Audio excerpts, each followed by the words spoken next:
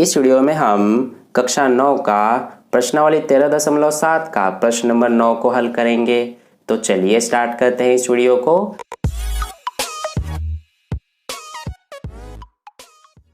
तो देखिए dear students, प्रश्न नंबर 9 में हमसे क्या पूछा गया है कि गेहूं की एक ढेरी 10.5 मीटर व्यास और ऊंचाई 3 मीटर वाले एक शंकु के आकार की है। इसका आयतन ज्ञात कीजिए। इस ढेरी को वर्षा से बचाने के लिए कैनवास से ढका जाना है। कैनवास यानी कि कपड़ा। वांछित कैनवास का क्षेत्रफल ज्ञात कीजिए। तो डियर स्टूडेंट्स, मान लीजिए ये हमारा गेहूं की ढेरी है जो कि किस आकार की है? शंकु के आकार की।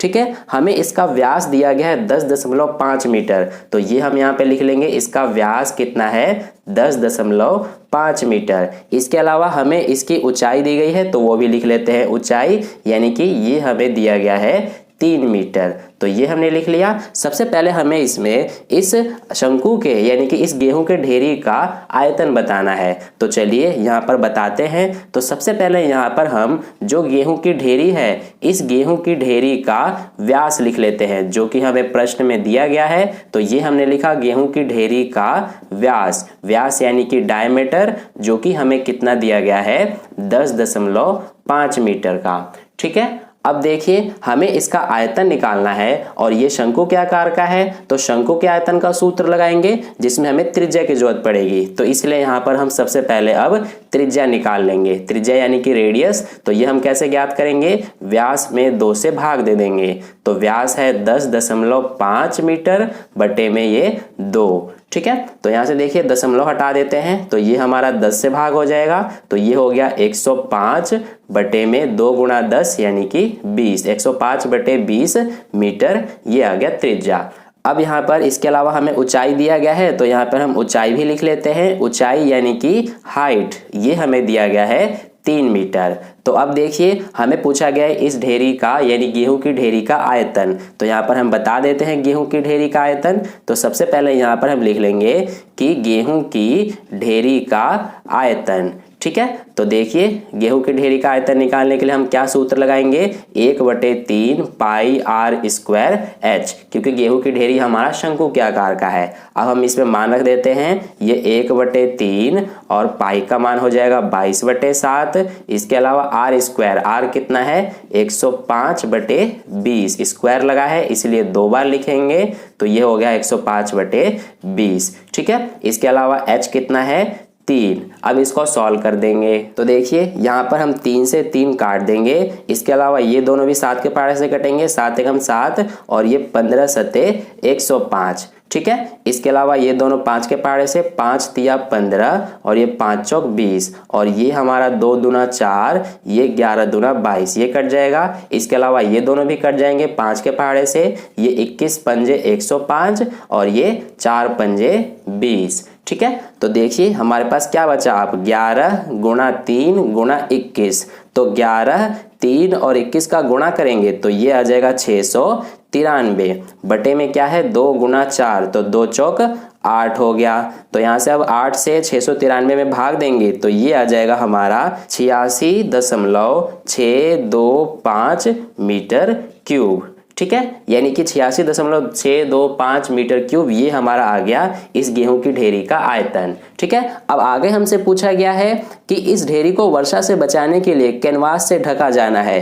तो वांछित कैनवास का क्षेत्रफल ज्ञात कीजिए। तो देखिए जो कैनवास यानी कि कपड़े से इस ढेरी को ढका जाएगा वो सिर्फ ऊपर से यानी चारों साइड से ढका जाएगा, नीचे से तो नहीं ढका जाएगा। यानी कि हमें शंकु के वक्र पृष्ठीय क्षेत्रफल निकालना पड़ेगा। ठीक है, तो चलिए अब हम यहाँ पर निकालते हैं वक्र पृष्ठीय क्षेत्रफल।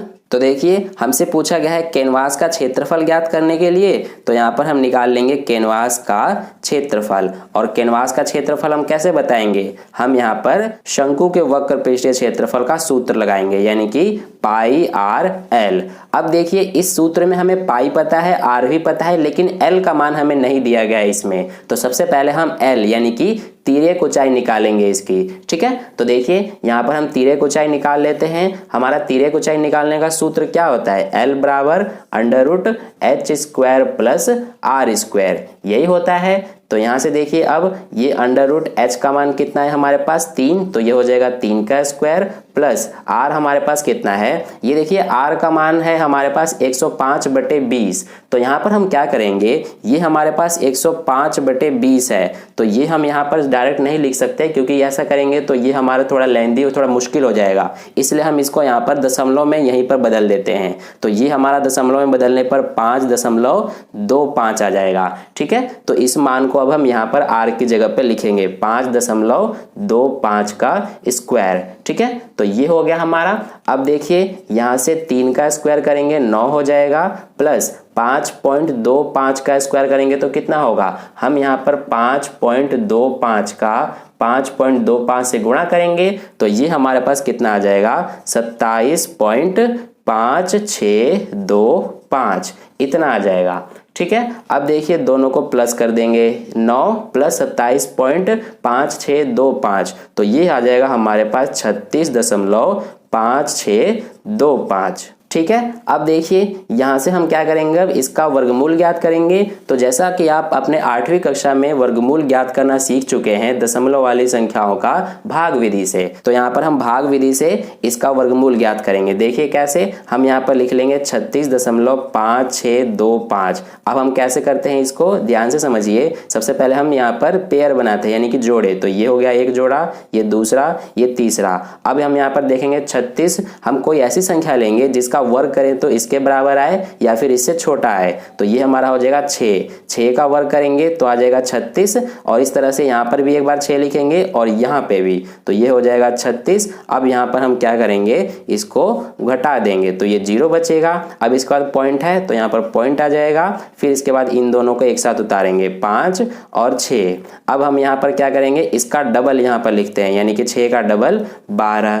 अब यहाँ देखिए हम यहाँ पर और यहाँ पर ऐसी संख्या लेंगे जिनका गुणा करें तो ये 56 से कम आए। तो देखिए हम अगर 0 लेते हैं संख्या तो 0 का अगर गुणा करें तो हमारे पास आ जाएगा 0।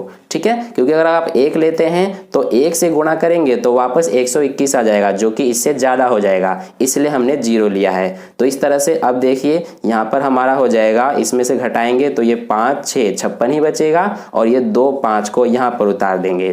ठीक है, इसके बाद इनको हम यहाँ पर लिखेंगे 120 हो जाएगा हमारा इसका। ठीक है, और फिर इसके बाद यहाँ पर हम कौन सी संख्या ले, यहाँ पर और यहाँ पर, जिसका अगर हम गुणा करें तो इससे कम आए। तो देखिए अगर हम 4 लेते हैं यहाँ पर भी और यहाँ पे भी, तो 4 से अगर गुणा करते हैं तो हमारे पास आएगा 48 16। अब यहाँ पर हम घटा देंगे तो ये बचेगा 9, ये 0 और फिर ये 8।